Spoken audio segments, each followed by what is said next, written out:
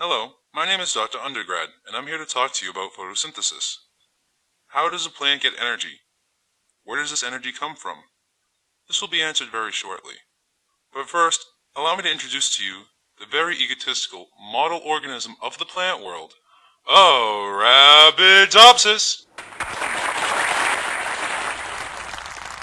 Thank you, my adoring fans. Yes, love me. All of you love me.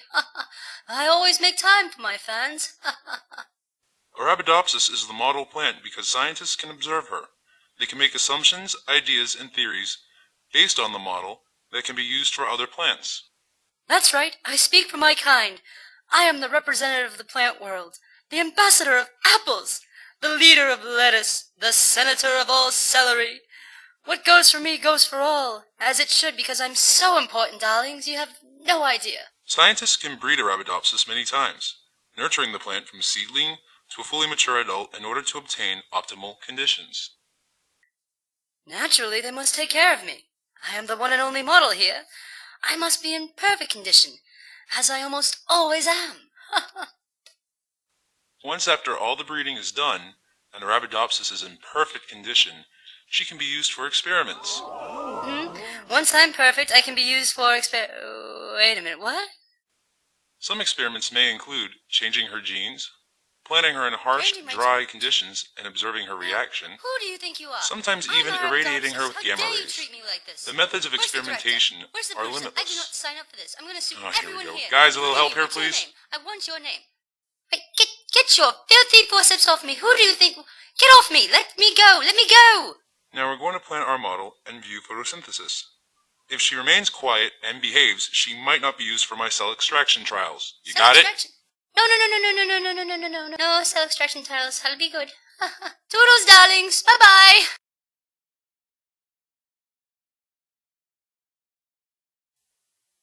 Throughout the plant there are many cells. Organelles called chloroplasts exist within these cells.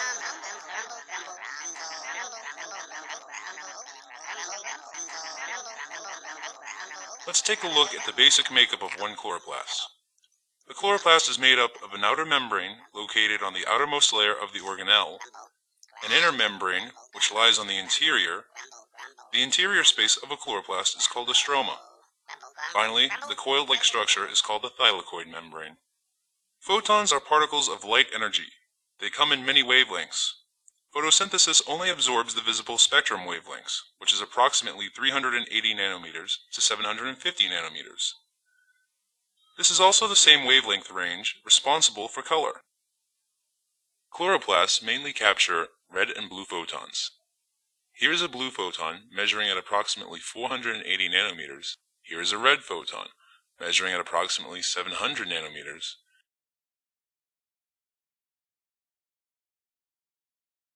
Here's a chloroplast about to capture a red photon.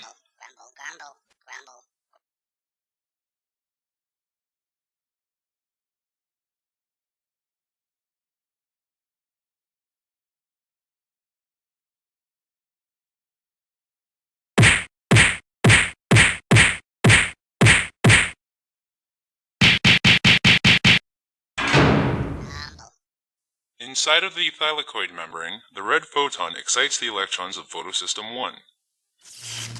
Once these electrons are excited, they travel down an electron transport chain and change NADP+ to NADPH, an energy carrier. NADPH is stored for later use in the Kelvin cycle. Now let's check back on our little green friend. It seems he's gotten a bit ahead of us.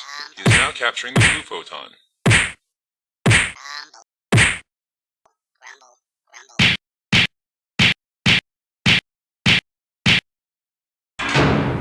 Take a break, little guy. Here, have some water.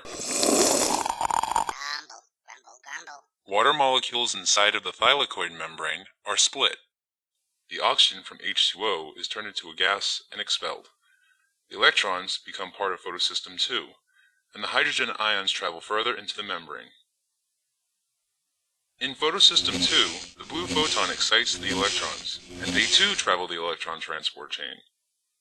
While they travel, they invite hydrogen ions into the thylakoid membrane, increasing the concentration gradient. Now notice where they stop? The electrons replace the previous electrons from photosystem 1. The hydrogen ions inside the membrane are harvested by the enzyme ATP synthase. This enzyme is powered up by the ions to add one phosphate molecule to an ADP molecule, changing the ADP molecule to an ATP molecule. Photosystem 1 and photosystem 2 are called the light reactions of photosynthesis.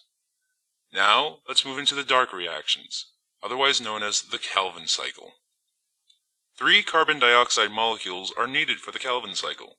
They are combined with 3 rubisco biphosphate molecules, or simply 3 Ru-BP. And together, they create 6 3-phosphoglyceric acid molecules, or better yet, 6 3-PGA molecules. 6 ATP molecules add phosphates to the 6 3-PGA molecules, changing ATP to ADP and creating 6 3-carbon biphosphoglycerate molecules, or simply 3-PBG molecules.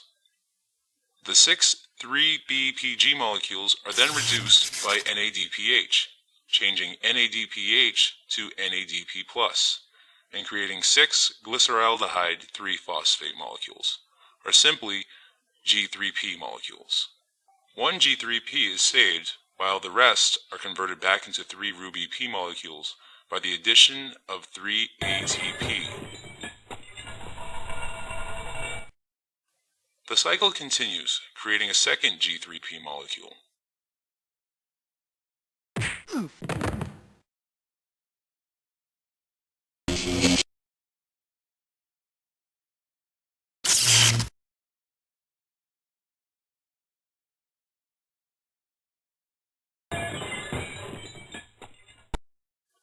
The second G3P molecule is combined with the first, and together they form a 6-carbon glucose molecule.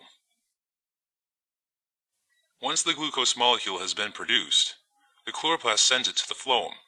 The phloem is a vascular tissue inside of the plant, which allows for the transport of the glucose molecules. A plant receives its energy from the production of glucose by photosynthesis. That ends our tutorial on photosynthesis. Thank you for watching.